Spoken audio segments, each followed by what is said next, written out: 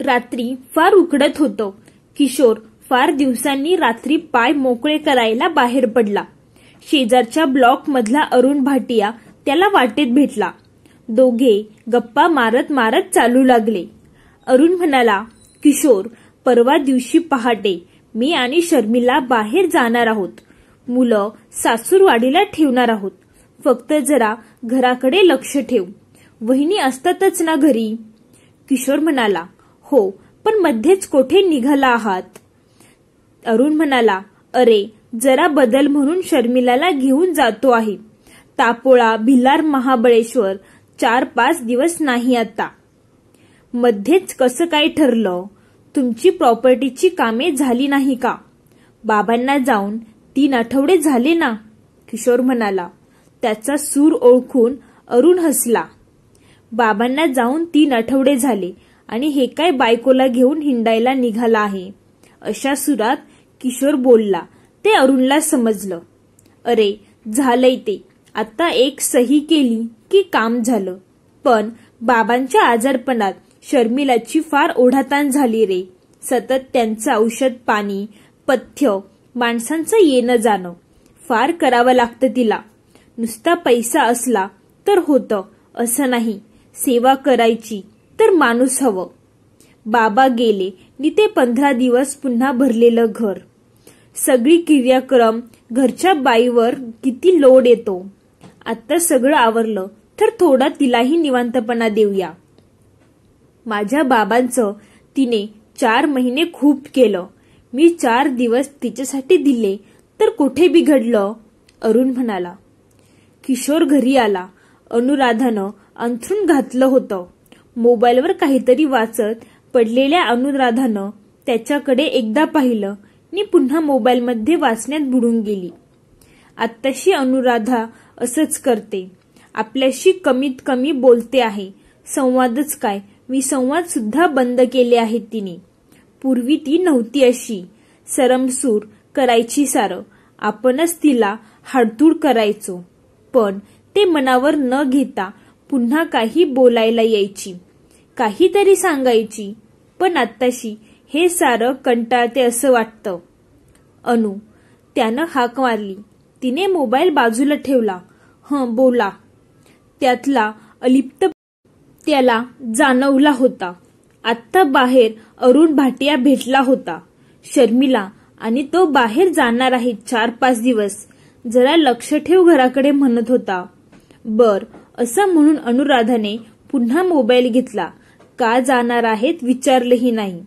मला माहित आहे, शर्मिलानं सांगितलं आहे मला. बाबांच्या आजारपणात ते गेल्यावर तिला झालेल्या दमवणुकीतून जरा बदल म्हणून ते जाणार आहेत. अनुराधा कोरडेपणाने म्हणाली. परत तिने मोबाईलमध्ये डोकं घातलं आणि किशोरला फार एकाकी वाटू लागलं. गेल्या वर्षाची अनुराधा आठवली त्याला. कशी सरसरीत होती, सगळं हौसेने करायची. आईच्या आजारपणात तिने खरोखरच शिस्तीने केलं होतं. आई इतकी रडली होती. अनु, मी फार त्रास दिला तुला, पण काही मनात न ठेवता किती प्रेमानं केलंस माझं. सतत तिला आईच्या उशा पायाशी थांबावं लागायचं. अनुराधा आपल्या बेडरूममध्ये येतच नव्हती. सतत आईच्या सेवेत रुजू. आईच्या औषधांच्या वेळा, जेवणातलं पथ्य पाणी, येणारी जाणारी माणसं, त्यांचं अगत्य काही कमी केलं नाही तिने. 4 दिवस ताई माहेरी आली नि मग थोडी उसंत मिळाली तिला. ताईला तिची कुंजबना समजत होती. सतत आईच्या भोवती राहताना आपली बायको म्हणून किशोरकडे दुर्लक्ष होत होतं असं तिचं वाटणं. मुलांवर कधीतरी होणारी चिडचिड, तिची दमणूक, मधूनच आईचं दुखण्यामुळे चिडचिड करणं, याचा अनुराधाला त्रास व्हायचा. ते जाणवताच एक दिवस तिने जेवताना विषय काढला. वहिनी, तू आराम कर थोडा. दादा सोबत कुठेतरी जाऊन ये तासभर. जरासा विरंगुळा होईल तुला. किती करावं लागतं तुला. खरंच जाऊन या, मी आहे इथे. बिचारी अनुराधा. त्या दिवशी स्वयंपाक करताना तिने किशोरला व्हॉट्सअपवर मेसेज केला. आपण कुठेतरी जाऊन येऊ का, जवळच्या जवळ. किशोरला ते इतकं मूर्खपणाचं वाटलं. लग्नाला 20 वर्षे झाली आहेत आणि अनुराधा बाहेर जाऊ म्हणते. त्याने उत्तर द्यायची सुद्धा तस्तदी घेतली नाही. अनुराधा खूप वेळ उत्तराची वाट पाहत होती. किशोरने साधं लक्षही दिले नाही. 2 दिवसांनी सगळ्यांसमोर तिच्यावर कडाडला. कशाला मला व्हॉट्सअपवर मेसेज करते ग? इकडे जाऊन तिकडे जाऊया. अनुराधा इतकी वरमली. त्यांच्यातली पर्सनल गोष्ट किशोरला अशी 4 चौघात बोलायची गरज नव्हती. मग तिने ओठ घट्ट मिटले नि महिन्यात आई गेली. किती ताण आला होता अनुराधावर. आईचे दिवस कार्य झाल्यावर 15 दिवस ती माहेरी निघून गेली. किशोर तिच्या फोनची वाट पाहत होता, पण ना तिने फोन केला ना मेसेज. कितीदा ती ऑनलाईन दिसायची, पण मेसेज बॉक्स मोकळाच असायचा. मग त्यानेच फोन केला. अनुराधा पण बोलली, पण त्या बोलण्यात जीव नव्हता. कोरडं कोरडं होतं ते बोलणं. परत आली आणि तिने एकंदी किशोरपासून अलिप्त राहणं पसंत केलं. आज अरुण भेटला नि हे सारं किशोरला आठवलं. आपण अनुराधावर अन्याय केलाय का? त्या दिवशी तासभर नेलं असतं तर काय बिघडलं असतं? आणि तिच्या मेसेजबद्दल पटकन सगळ्यांसमोर असं बोलायला नको होतं.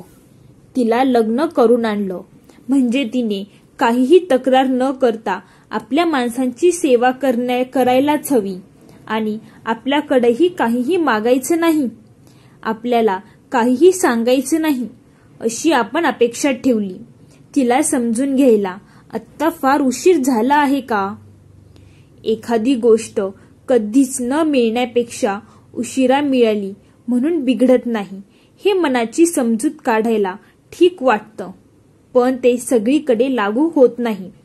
माणूस आहे तोवरच त्याला समजून घ्या, त्याची कदर करा, नाती जपा.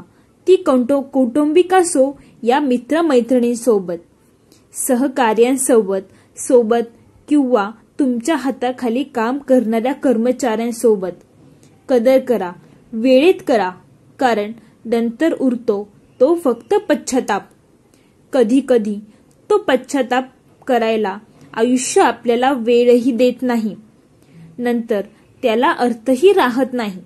खूपदा माणूस तुमचं वागणं जिव्हारी लागेल असं बोलून सहन करत असतो, कारण त्यांची काहीतरी विशेषता असते, कधी आर्थिक, कधी मानसिक, कधी शारीरिक.